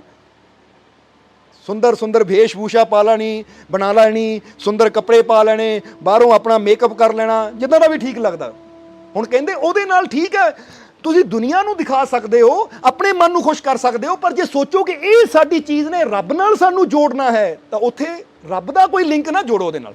ਜਿਸ ਲਈ ਅਸੀਂ ਉਹ ਚੀਜ਼ ਨਾਲ ਆਪਣੇ ਬਾਹਰੀ ਭੇਸ਼ ਭੂਸ਼ਾ ਨਾਲ ਪਰਮਾਤਮਾ ਨੂੰ ਜੋੜ ਦਿੰਦੇ ਹਾਂ, ਉਹ ਗਲਤ ਹੋ ਜਾਂਦਾ ਹੈ, ਕਿਉਂਕਿ ਉੱਥੇ ਪਰਮਾਤਮਾ ਦਾ ਕੋਈ ਭੇਸ਼ ਭੂਸ਼ਾ ਨਾਲ ਸੰਬੰਧ ਨਹੀਂ ਹੈ। ਨਹੀਂ ਤਾਂ ਸ਼੍ਰੀ ਕ੍ਰਿਸ਼ਨ ਨੇ ਵੀ ਕਹਿਣਾ ਸੀ ਆ ਮਾਈ ਤਾਂ ਬੁੜੀ ਹੋ ਗਈ ਹੈ, ਮੈਨੂੰ ਤਾਂ ਆਹ ਰਾਣੀ ਪਸੰਦ ਹੈ, ਮੈਨੂੰ ਤਾਂ ਆਹ ਰਾਣੀ ਨਾਲ ਪਿਆਰ ਹੈ। ਪਰ ਉਹਨਾਂ ਨੇ ਕੀ ਕਿਹਾ ਕਿ ਤੁਸੀਂ ਬਾਹਰੀ ਸ਼ਿੰਗਾਰ ਕੀਤਾ ਹੈ, ਤੁਹਾਡੇ ਗਲੇ 'ਚ ਮੋਤੀਆਂ ਦੇ ਹਾਰ ਹੈ, ਸਰੀਰ ਤੇ ਸੁੰਦਰ ਕੱਪੜੇ ਹੈ, ਔਰ ਹੱਥਾਂ 'ਚ ਸੋਨੇ ਦੇ ਕੰਗਣ ਹੈ, ਪਰ ਇਹ ਮਾਈ ਨੇ ਉਹ ਸ਼ਿੰਗਾਰ ਕੀਤਾ ਹੈ ਜੋ ਮੇਰੇ ਪ੍ਰਭੂ ਨੂੰ ਪਸੰਦ ਹੈ, ਜੋ ਮੈਨੂੰ ਪਸੰਦ ਹੈ, ਕਿਉਂਕਿ ਇਹਨਾਂ ਰੂਹ ਨੂੰ ਸ਼ਿੰਗਾਰਿਆ ਹੈ। ਉਹ ਰੂਹ ਦਾ ਸ਼ਿੰਗਾਰ ਹੈ ਸੇਵਾ ਸਿਮਰਨ, ਅੱਛਾ ਸੁਣਨਾ, ਅੱਛਾ ਬੋਲਣਾ, ਅੱਛਾ ਕਰਨਾ। ਇਹ ਸਾਡੀਆਂ ਨੇਕੀਆਂ, ਇਹ ਸਾਡੀ ਅੱਛਾਈ, ਇਹ ਸਾਡੀ ਰੂਹ ਦਾ ਸ਼ਿੰਗਾਰ ਹੈ। ਹੁਣ ਇਨਸਾਨ ਆਪਣੇ ਜੀਵਨ ਨੂੰ ਦੇਖੇ ਕਿ ਸਾਰੀ ਜ਼ਿੰਦਗੀ ਇਨਸਾਨ ਤਨ ਨੂੰ ਸਵਾਰਨ 'ਚ ਹੀ ਲੱਗਾ ਰਹਿੰਦਾ ਹੈ, ਜਾਂ ਤਨ ਦੇ ਸਾਧਨਾ ਪਿੱਛੇ ਹੀ ਸਾਰੀ ਜ਼ਿੰਦਗੀ ਇਨਸਾਨ ਦੌੜਦਾ ਰਹਿੰਦਾ ਹੈ। ਰੂਹ ਨੂੰ ਸ਼ਿੰਗਾਰਨਾ, ਉਹ ਚੀਜ਼ ਦਾ ਸ਼ਿੰਗਾਰ ਕਰਨਾ ਬੰਦਾ ਭੁੱਲ ਜਾਂਦਾ ਹੈ ਜਿਹੜਾ ਸ਼ਿੰਗਾਰ ਸਾਡੇ ਪ੍ਰਭੂ ਨੂੰ ਪਸੰਦ ਹੈ।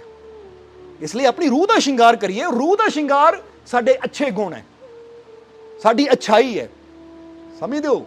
ਇਸ ਲਈ ਆਪਣੇ ਅੰਦਰ ਜਦੋਂ ਅੱਛੇ ਗੁਣ ਪੈਦਾ ਕਰਦੇ ਹਾਂ ਤਾਂ ਸਮਝ ਲਓ ਅਸੀਂ ਆਪਣੀ ਰੂਹ ਦਾ ਸ਼ਿੰਗਾਰ ਕਰ ਰਹੇ ਹਾਂ। ਇਸ ਲਈ ਸੰਤ ਦਾਦੂ ਕਹਿੰਦੇ ਤਾਹਾਂ ਨਾ ਸਵਾਰੇ ਆਪ ਕੋ ਜਹਾਂ ਭੀਤਰ ਭਰਤਾਰ। ਭਰਤਾਰ ਵੀ ਪਤੀ ਨੂੰ ਕਹਿ ਦਿੰਦੇ ਕਿ ਜਿੱਥੇ ਤੇਰਾ ਪਤੀ ਬੈਠਣਾ ਹੈ, ਜਗ ਦਿਖਲਾਵੇ ਬਾਬਰੀ ਬਹੁਤ ਕਰੇ ਸ਼ਿੰਗਾਰ।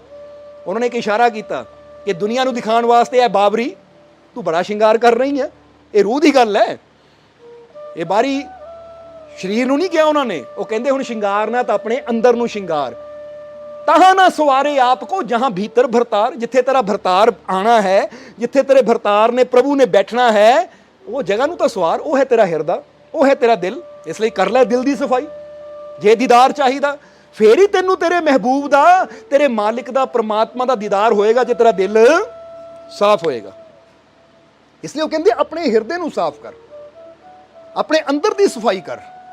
ਇਸ ਲਈ ਸ਼੍ਰੀ ਕ੍ਰਿਸ਼ਨ ਨੇ ਫਿਰ ਕਿਹਾ ਕਿ ਇਹ ਹੈ ਮੈਨੂੰ ਸਭ ਤੋਂ ਪਿਆਰੀ ਔਰ ਇਹ ਹੈ ਸਭ ਤੋਂ ਸੁੰਦਰ, ਕਿਉਂਕਿ ਇਹ ਤਨ ਇੱਥੇ ਰਹਿ ਜਾਣਾ ਹੈ, ਪਰ ਜਿਹੜਾ ਸ਼ਿੰਗਾਰ ਇਹਨਾਂ ਕੀਤਾ ਹੈ ਨਾ, ਇਹ ਸ਼ਿੰਗਾਰ ਹੈ ਰੂਹ ਦਾ, ਆਤਮਾ ਦਾ, ਔਰ ਇਹੀ ਸ਼ਿੰਗਾਰ ਪਰਮਾਤਮਾ ਤੱਕ ਜਾਣਾ ਹੈ। ਕਿਉਂਕਿ ਜਦੋਂ ਰੂਹ ਨੇ ਪ੍ਰਭੂ ਤੱਕ ਜਾਣਾ ਹੈ, ਤਨ ਨੇ ਤੇ ਮਿੱਟੀ 'ਚ ਮਿਲ ਜਾਣਾ ਹੈ। ਜਰਾ ਸੋਚ ਕੇ ਦੇਖੋ ਤੁਸੀਂ, ਤਨ ਨੂੰ ਜਿੰਨਾ ਮਰਜ਼ੀ ਸਵਾਰ ਲਓ, ਪਰ ਜਦੋਂ ਚਿਤਾ ਤੇ ਰੱਖਤਾ ਤਾਂ ਕੀ ਹੋਇਆ? ਸੜ ਕੇ ਸੁਆਹੀ ਹੋ ਗਿਆ ਨਾ।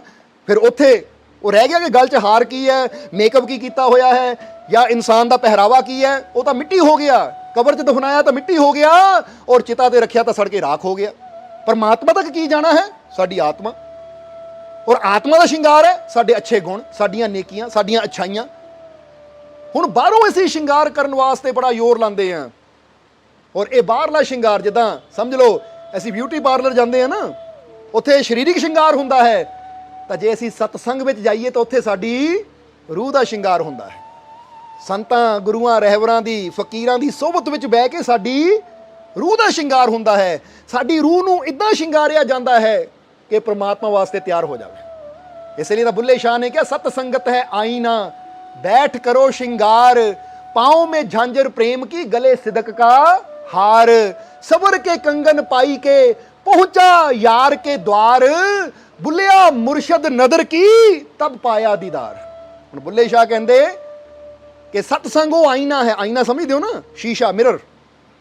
कहते सतसंग एक आईना है, वो सामने बह के श्रृंगार कर, क्योंकि आईने के सामने बह के अपन कमियां का पता लगता है। हुण तुसीं कपड़ा पाना होवे या कोई मेकअप करना होवे, तुहानूं आईने मोरे खड़ा होना पैंदा है, देखना पैंदा कपड़े 'च किते कोई कमी तो नहीं। तां ही तो शोरूम 'च जांदे हैं, तुसीं टी शर्ट सूट बूट कुछ भी लेना होवे तो पा के शीशे 'च देखदे हो, कोई कमी है तो पता लग जाए। शीशे तो बिना कमी किद्दां पता लगे? इसी तरह सतसंग भी वो आईना है, फकीरां दी सोबत वो शीशा है जिथे बह के सानूं अपनियां कमियां दा ज्ञान हुंदा है, अपनियां कमियां दा पता लगता है। इसलिए कहते सतसंगत है आईना, बैठ करो श्रृंगार। जे हुण सतसंग फकीरां दी सोबत विच ये आईने दे सामने बैठन दा मौका मिलिया है तां प्यारिया हुण ये मौका गवाई ना, श्रृंगार कर लै, यानी अपनियां कमियां नूं जान के उन्हां कमियां नूं दूर करके अपनी सफाई कर लै। इसलिए फिर बुल्ले शाह ने कि श्रृंगार किहड़ा करना है? हुण सतसंग आईना है तो उत्थे श्रृंगार किहड़ा करना है? तो दस दे पैर में झांझर प्रेम की, कि पैरों 'च झांझर पानी तो चांदी दी या सोने दी नहीं, वो कहते झांझर पानी का प्रेम दी पल है, क्योंकि यही तो असली श्रृंगार है। और ये श्रृंगार रूह का है, आत्मा का है कि प्रेम कर, प्रेम वाला गुण पैदा कर। जो प्रेम वाला गुण तेरे अंदर पैदा हो गया तो समझ ले तेरे पैर 'च प्रेम की झांझर पै गई, तेरा श्रृंगार शुरू हो गया। पाँव में झांझर प्रेम की, गले सिदक का हार, और सिदक यकीन विश्वास आस्था अपने मालिक ते रख, ये तेरे गल का हार है। हुण होर तू हीरे मोतियां के हार पा ला, वो व्यर्थ है, पर सिदक का हार पा ला, वो देखना मालिक ने।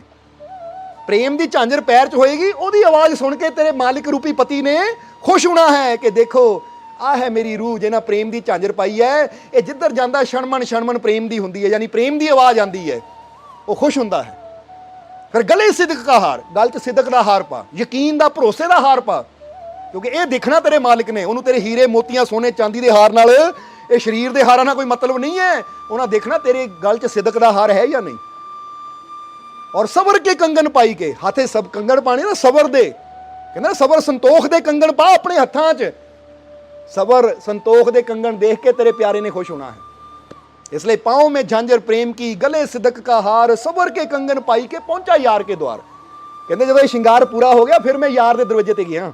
जिदा कहते ना दुल्हन का जो श्रृंगार पूरा हो जाता फिर ही वो लावा वास्ते या बेदी वास्ते या स्टेज ते उदों ही जाती है। जदों तक तैयारी ना हो बंदा कहता रुको हाले हाले दुल्हन तैयार हो रही है, हाले थोड़ा जा कमी है, उसकी तैयारी चल रही है। जदों तैयार हो जाती है फिर असीं दुल्हन नूं ले आते हैं। इसी तरह आत्मा साडी दुल्हन है और परमात्मा साडा पति है। हुण ये आत्मा का जब तक श्रृंगार पूरा नहीं होएगा यदी मुलाकात परमात्मा रूपी पति नाल कदी हो ही नहीं सकती। इसलिए बुल्ले शाह कहते जो मेरा श्रृंगार पूरा हो गया, पैरों च प्रेम की झांझर और हत्थां च सबर दा अपने कंगन पा लिया, गले च सिदक दा हार पा लिया, तो मेरा मेकअप पूरा हो गया, यानी श्रृंगार पूरा हो गया। हुण मैं यार दे द्वार ते पहुंच गया। और द्वार दे द्वार ते कौन लैके गया? हुण जदों लड़की तैयार हो जाती आप चल के जाती है। जरा सोचो, उहदियां सखियां सहेलियां आंदियां नूं बाहों फड़ के, क्योंकि लड़की आप जावे कहना बड़ी बेशरम है, आप ही तुरी है, इसलिए सखियां सहेलियां लैके जांदियां है। इत्थे भी ये आत्मा का मिलन परमात्मा नाल कराउण वास्ते मुरशद लैके जांदा है। मुरशद लियांदा है कि चल भी हुण तेरा श्रृंगार कंप्लीट है, पूरा हो गया, आजा हुण तैनूं और तेरे मालिक नाल मिलावां, जो तेरी रूह दा मालिक है, हुण उत्थे लै जावां। इसलिए बुल्ले शाह कहंदे कि पाँव में झांझर प्रेम की, गले सिदक का हार, सबर के कंगन पाई के पहुंचा यार के द्वार, बुलिया मुर्शद नदर की तब पाया दीदार। वो कहंदे जदों मुर्शद ने नज़र की ਤਾਂ ਫਿਰ ਮੈਨੂੰ ਉਹਦਾ ਦੀਦਾਰ ਮਿਲਿਆ, ਫਿਰ ਮੈਨੂੰ ਉਹਦਾ ਦਰਸ਼ਨ ਮਿਲਿਆ। ਕਿਉਂਕਿ ਸ਼ਿੰਗਾਰ ਉਦੋਂ ਹੀ ਹੁੰਦਾ ਹੈ ਜਦੋਂ ਆਪਣੀਆਂ ਕਮੀਆਂ ਦਾ ਪਤਾ ਹੋਵੇ। ਇਸੇ ਤਰ੍ਹਾਂ ਇਹ ਆईना है। और यही गल संत दादू दयाल कह रहे हैं कि तहाँ ना सवारे आपको जहाँ भीतर भरतार, कि वो भरतार ने तेरे अंदर नूं देखना है। फिर जदों श्री कृष्ण ने गल कही तो फिर राणियां नूं समझ आया कि असली शिंगार की हुंदा है और असली सुंदरता की हुंदी है। इसलिए श्री कृष्ण कहंदे कि ठीक है तुसीं मेरियां पत्नियां हो, मैं तुहानूं पति दे नाते प्यार करदा हां, पर जे तुसीं चाहंदे हो कि मैं तुहानूं रूह दे नाते प्यार करां तां रूह दे नाते प्यार उदों ही हुंदा जदों कर्म अच्छे होण, जदों करनी अच्छी होवे। समझदे हो कि नहीं? इसलिए जदों करनी साडी अच्छी हुंदी है तो फिर सानू गुरु रहबर प्यार करदे है, फिर सानू वो परमात्मा प्यार करदा है साडी करनी नूं देख के, साडे अच्छे गुणां नूं देख के। इसलिए अपने अंदर अच्छे गुण पैदा करने हैं, अपने अंदर उत्थे श्रृंगार करना है कि जिथे वो प्रभु ने वसना है, और वो है साडा ये हिरदा। इसलिए अपने अंदर दी सफाई करिए, अपने अंदर नूं साफ रखिए। परमात्मा नूं मिलना, परमात्मा नूं पाना, ਉਹਦਾ ਬਾਹਰਲੇ ਵੇਸ਼ਭੂਸ਼ਾ ਨਾਲ ਕੋਈ ਸੰਬੰਧ ਨਹੀਂ ਹੈ। ਬਸ ਉਹ ਸ਼ਿੰਗਾਰ ਕਰਨਾ ਪੈਣਾ ਸਾਨੂੰ ਜਿਹਦੀ ਗੱਲ ਬੁੱਲੇ ਸ਼ਾਹ ਨੇ ਕੀਤੀ, ਉਹ ਸ਼ਿੰਗਾਰ ਕਰਨਾ ਪੈਣਾ ਸਾਨੂੰ ਜਿਹਦੀ ਗੱਲ ਸ਼੍ਰੀ ਕ੍ਰਿਸ਼ਨ ਨੇ ਕੀਤੀ। ਬਾਕੀ ਜਿੱਦਾਂ ਦੱਸਿਆ ਹੈ, ਬਾਕੀ ਤਾਂ ਇਨਸਾਨ ਦੀ ਆਪਣੀ ਖੁਸ਼ੀ ਹੈ, ਉਹ ਜਿਸ ਤਰ੍ਹਾਂ ਦਾ ਮਰਜ਼ੀ ਵੇਸ਼ਭੂਸ਼ਾ ਧਾਰਨ ਕਰ ਲਵੇ, ਉਹ ਆਪਣੀ ਉਹਦੀ ਖੁਸ਼ੀ ਹੈ। ਉਹ 'ਚ ਵੀ ਪਰਮਾਤਮਾ ਨੂੰ ਕੋਈ ਨਾਰਾਜ਼ਗੀ नहीं है कि तू इदा का भेष बना लिया तो मैं तेनों नहीं मिलना, या इदा का बना फिर मैं मिलना है। नहीं, परमात्मा कहता बाहरी तेरी खुशी है, तेनों जो अच्छा लगता है वो तू कर सकता है, पर अंदर तेरे करुणा होनी चाहिए है, अंदर तेरे दया होनी चाहिए है, अंदर तेरे प्रेम होना चाहिए है, क्योंकि मैनू तेरे अंदरला श्रृंगार चाहिए है, अंदर तेरा साफ होना चाहिए है। इसलिए जिन्हां ने अंदर की सफाई ते जोर दिता वो परमात्मा तक पहुँच जाते हैं। इसीलिए तो एक शब्द अंदर आता है कि ज्ञानी पंडित बहु मिले, दाता सूर अनेक। बोलो समझते हो कि नहीं? दादू भेष अनंत है, हरि प्रेमी कोई एक। वो कहते कि ज्ञानी पंडित भी बहुत मिले, तीर्थां ते जाके देखिया मैं, और दाता भी बहुत मिले, असीं आह दान कीता, असीं आह दान कीता। हुण अज इंसान देख दो कि दान भी करता है, तो जिद्दां दस्सिया जांदा ना कि दान करन तो बाद बंदा पत्थर लवा दिंदा है। ਹੁਣ ਉਹ ਦਾਨ ਕਰ ਰਿਹਾ ਜਾਂ ਵਿਗਿਆਪਨ ਕਰ ਰਿਹਾ ਹੈ, ਆਪਣੀ ਮਸ਼ਹੂਰੀ ਕਰ ਰਿਹਾ। ਉਹ ਦਾਨ ਨਹੀਂ, ਉਹ ਆਪਣੀ ਮਸ਼ਹੂਰੀ ਕਰ ਰਿਹਾ ਹੈ। ਕਿਉਂਕਿ ਵੈਸੇ ਵੀ ਜੇ ਬੰਦੇ ਨੇ ਮਸ਼ਹੂਰੀ ਕਰਨੀ ਹੋਵੇ, ਪੇਪਰ 'ਚ ਵੀ ਐਡ ਦੇਣੀ ਹੋਵੇ ਜਾਂ ਕਿਤੇ ਬੋਰਡ ਵੀ ਲਾਣਾ ਹੋਵੇ, ਤਾਂ ਵੀ ਇੰਨਾ ਖਰਚਾ ਤਾਂ ਆ ਹੀ ਜਾਂਦਾ ਹੈ। ਉਹ ਕਹਿੰਦਾ ਪੱਥਰ ਲਿਖ ਕੇ ਲਾ ਦਿਓ, ਪੱਖੇ ਤੇ ਲਿਖ ਕੇ ਲਾ ਦਿਓ, ਸਟੂਲ ਦਿੱਤਾ, ਬੈਂਚ ਤੇ ਲਿਖ ਕੇ ਲਾ ਦਿਓ, ਤਾਂ ਕਿ ਇੰਨਾ ਖਰਚਾ ਤਾਂ ਅਖਬਾਰ 'ਚ ਦੇਣ ਲੱਗੇ ਵੀ ਆ ਜਾਣਾ ਸੀ। ਮਸ਼ਹੂਰੀ ਹੋ ਗਈ ਆਪਣੀ।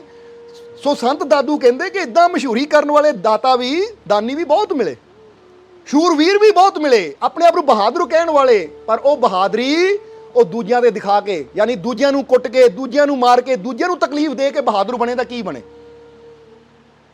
इसलिए उन्होंने कहा कि हरि प्रेमी तां कोई विरला ही मिलिया, और हरि प्रेमी ही वो हरि नूं प्राप्त कर सकता है। इसलिए अपने आप नूं प्रेमी बनाइए, असीं अपने अंदर प्रेम पैदा करिए, क्योंकि साडे प्रेम ने सानूं वो मंजिल तक लैके जाना है। संत दादू ने बड़ी प्यारी गल कही है कि दादू एको आत्मा, साहिब है सब माही, साहिब के नाते मिलो भेष पंथ के नाही। संत दादू ने इत्थे आके सारी गल ही खत्म कर दी। वो कहते दादू एको आत्मा, साहिब है सब माही। वो कहते इको ही आत्मा सब दे अंदर है, यानी इको ही जोत सब दे अंदर जगमगा रही है। अब्बल अल्लाह नूर उपाया कुदरत दे सब बंदे। देखो कहते इको ही नूर तो सारा जग पैदा होया है, फिर को भले को मंदे, फिर किनू चंगा कहना, किनू मंदा कहना।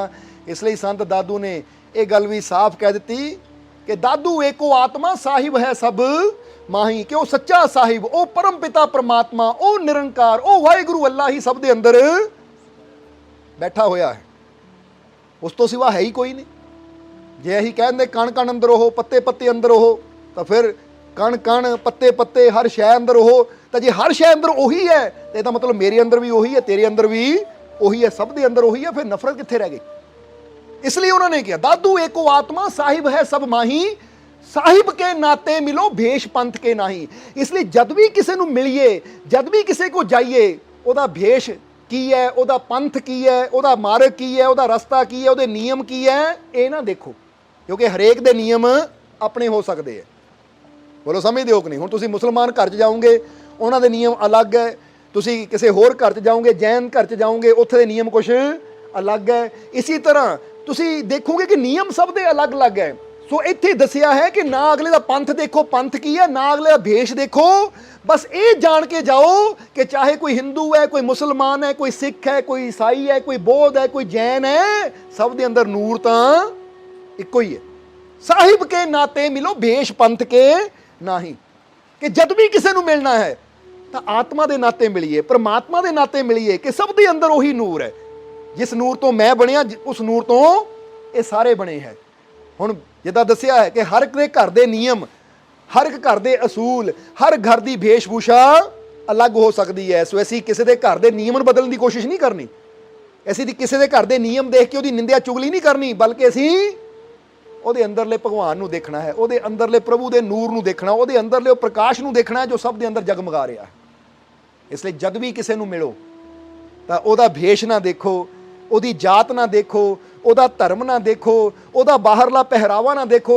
ਜਿੱਦਾਂ ਸ਼੍ਰੀ ਕ੍ਰਿਸ਼ਨ ਨੇ ਕਿਹਾ, ਮੈਨੂੰ ਸਰੀਰ ਨਾਲ ਕੋਈ ਮਤਲਬ ਨਹੀਂ ਹੈ, ਮੈਂ ਤਾਂ ਰੂਹ ਦਾ ਸ਼ਿੰਗਾਰ ਦੇਖਦਾ ਹਾਂ, ਆਤਮਾ ਦਾ ਸ਼ਿੰਗਾਰ ਦੇਖਦਾ ਹਾਂ। ਇਸੇ ਤਰ੍ਹਾਂ ਜਿੱਦਾਂ ਸ਼੍ਰੀ ਕ੍ਰਿਸ਼ਨ ਨੇ ਕਿਹਾ, ਮੈਂ ਤਾਂ ਆਤਮਾ ਦਾ ਸ਼ਿੰਗਾਰ ਦੇਖਦਾ ਹਾਂ, ਇਸੇ ਤਰ੍ਹਾਂ ਅਸੀਂ ਵੀ ਸਭ ਦੇ ਅੰਦਰਲੇ ਆਤਮਾ ਦੇ ਪ੍ਰਕਾਸ਼ ਨੂੰ ਦੇਖੀਏ, ਸਭ ਦੇ ਅੰਦਰਲੀ ਉਹ ਜੋਤ ਨੂੰ ਜਗਮਗਾਉਂਦੀ ਦੇਖੀਏ, ਜਿਹੜੀ ਉਹਦੀ ਨੂਰ ਤੋਂ ਹੀ ਰੋਸ਼ਨ ਹੋਈ ਹੈ, ਉਹਦੇ ਪ੍ਰਕਾਸ਼ ਤੋਂ ਬਣੀ ਹੈ। ਕਿਉਂਕਿ ਉਹ ਨੂਰ, ਉਹ ਜੋਤ ਤਾਂ ਸਭ ਦੇ ਅੰਦਰ ਇੱਕੋ ਹੀ ਹੈ। ਬੋਲੋ ਸਮਝਦੇ ਹੋ ਕਿ ਨਹੀਂ? ਜਿੱਦਾਂ ਕਬੀਰ ਸਾਹਿਬ ਨੇ ਕਿਹਾ, ਕਬੀਰ ਕੁआं ਏਕ ਹੈ ਪਾਣੀ ਭਰੇ, ਅਨੇਕ ਬਰਤਨ ਅਲੱਗ ਅਲੱਗ ਭਏ, ਪਰ ਪਾਣੀ ਤੋਂ ਏਕ। ਕਿ ਹੁਣ ਆ ਸਾਡੇ ਸਰੀਰ ਰੂਪੀ ਬਰਤਨ ਸਾਰਿਆਂ ਦੇ ਅਲੱਗ-ਅਲੱਗ ਹੋ ਸਕਦੇ ਹੈ, ਕਿ ਕਿਸੇ ਦਾ ਘੜਾ ਛੋਟਾ ਹੈ, ਕਿਸੇ ਦਾ ਘੜਾ ਬੜਾ ਹੈ, ਕਿਸੇ ਦੇ ਕੋਲ ਸੁਰਾਹੀ ਹੈ, ਕਿਸੇ ਦੇ ਕੋਲ ਮਟਕਾ ਹੈ, ਕਿਸੇ ਦੇ ਕੋਲ ਕੋਈ ਡਿਜ਼ਾਈਨ ਦਾ ਹੈ, ਕਿਸੇ ਕੋਲ ਕੋਈ ਡਿਜ਼ਾਈਨ ਦਾ ਹੈ। ਉਹ ਘੜਿਆਂ ਨਾਲ ਕੋਈ ਫਰਕ ਨਹੀਂ ਪੈਂਦਾ। ਸਮਝਦੇ ਹੋ ਕਿ ਨਹੀਂ? ਹੁਣ ਕਹਿੰਦੇ ਕੁआं ਵੀ ਏਕ ਹੈ। ਕੁआं ਯਾਨੀ ਪ੍ਰਮਾਤਮਾ, ਘੜੇ ਯਾਨੀ ਸਾਡਾ ਸਰੀਰ, ਔਰ ਜਿਹੜਾ ਇਹ ਆਤਮਾ ਇਸ ਸਰੀਰ ਵਿੱਚ ਬੈਠੀ ਹੈ ਉਹ ਹੈ ਉਹ ਘੜੇ ਅੰਦਰਲਾ ਜਲ। ਇਸ ਲਈ ਜੇ ਅਸੀਂ ਕੁएं ਨੂੰ ਦੇਖੀਏ, ਪ੍ਰਮਾਤਮਾ ਨੂੰ ਦੇਖੀਏ, ਉਹ ਵੀ ਇੱਕ ਹੈ, ਤਾਂ ਜੇ ਅੰਦਰਲੀ ਆਤਮਾ ਨੂੰ ਦੇਖੀਏ ਉਹ ਵੀ ਇੱਕ ਹੈ। ਪਰ ਜੇ ਬਾਹਰਲੇ ਘੜਿਆਂ ਨੂੰ ਦੇਖੀਏ ਤਾਂ ਘੜਿਆਂ ਦਾ ਆਕਾਰ ਜ਼ਰੂਰ ਸਭ ਦਾ ਡਿਫਰੈਂਟ ਹੈ, ਰੰਗ ਰੂਪ ਡਿਫਰੈਂਟ ਹੈ, ਯਾਨੀ ਅਲੱਗ ਹੈ, ਪਹਿਰਾਵਾ ਅਲੱਗ ਹੈ, ਭੇਸ਼-ਭੂਸ਼ਾ ਅਲੱਗ ਹੈ, ਪਰ ਉਹ ਇਹ ਸਰੀਰ ਰੂਪੀ ਘੜਿਆਂ ਦੀ ਗੱਲ ਹੈ। ਜੇ ਜਲ ਦੇਖੀਏ ਤਾਂ ਆਤਮਾ ਰੂਪੀ ਅੰਮ੍ਰਿਤ, ਯਾਨੀ ਉਹ ਪ੍ਰਮਾਤਮਾ ਦੀ ਅੰਸ਼, ਉਹ ਪ੍ਰਮਾਤਮਾ ਕੁआं, ਉੱਥੇ ਵੀ ਉਹੀ ਜਲ ਹੈ, ਔਰ ਸਾਡੇ ਅੰਦਰ ਉਹ ਆਤਮਾ, ਉਹ ਵੀ ਉਹਦਾ ਹੀ ਨੂਰ ਹੈ। ਇਸ ਕਰਕੇ ਅਸੀਂ ਉਹਦੇ ਨੂਰ ਨੂੰ ਦੇਖਣਾ ਹੈ, ਨਾ ਕਿ ਬਾਹਰਲੇ ਘੜਿਆਂ ਦੀ ਭੇਸ਼-ਭੂਸ਼ਾ ਨੂੰ ਦੇਖ ਕੇ ਇੱਕ ਦੂਜੇ ਨਾਲ ਲੜਾਈ ਕਰਨੀ। ਜਿੱਦਾਂ ਸਮਝ ਲਓ ਦੋ ਔਰਤਾਂ ਤੁਰੀਆਂ ਜਾ ਰਹੀਆਂ ਹੈ, ਇੱਕ ਕਵੇ ਮੇਰਾ ਘੜਾ ਵਧੀਆ, ਤੂੰ ਵੀ ਇਦਾਂ ਦਾ ਲੈ ਲਾ, ਦੂਜੀ ਕਵੇ ਮੇਰਾ ਘੜਾ ਵਧੀਆ, ਤੂੰ ਵੀ ਇਦਾਂ ਦਾ ਲੈ ਲਾ। ਹੁਣ ਉਹ ਘੜਿਆਂ ਨੂੰ ਲੈ ਕੇ ਲੜੀ ਜਾਣ ਕਿ ਮੇਰਾ ਘੜਾ ਚੰਗਾ, ਮੇਰਾ ਘੜਾ ਚੰਗਾ। ਉਹ ਲੜਦੀਆਂ ਜਾ ਰਹੀਆਂ ਤੇ ਇੱਕ ਫਕੀਰ ਨੇ ਕਿਹਾ, ਲੜ ਕਿਉਂ ਰਹੀਆਂ ਹੈ? ਉਹ ਕਹਿੰਦੀ ਮੇਰਾ ਘੜਾ ਚੰਗਾ, ਉਹ ਕਹਿੰਦੀ ਮੇਰਾ, ਕਹਿੰਦੀ ਘੜੇ ਦੀ ਲੜਾਈ ਹੈ। ਉਹ ਫਕੀਰ ਕਹਿੰਦੇ ਘੜਿਆਂ ਦੀ ਲੜਾਈ ਕਿਉਂ ਕਰਦੇ ਹੋ? ਵਿਚਲਾ ਪਾਣੀ ਤਾਂ ਇੱਕੋ ਹੀ ਹੈ ਨਾ। ਇਹ ਘੜੇ ਤਾਂ ਅੱਜ ਹੈ, ਕੱਲ ਨੂੰ ਫੁੱਟ ਜਾਣੇ ਆ। ਘੜੇ ਅੱਜ ਹੈ, ਕੱਲ ਨੂੰ ਟੁੱਟ ਜਾਣੇ ਹੈ। ਇਹ ਮਿੱਟੀ ਤੋਂ ਬਣੇ, ਮਿੱਟੀ 'ਚ ਮਿਲ ਜਾਣੇ ਹੈ। ਪਿਆਸ ਤਾਂ ਜਲ ਨੇ ਬੁਝਾਣੀ ਹੈ।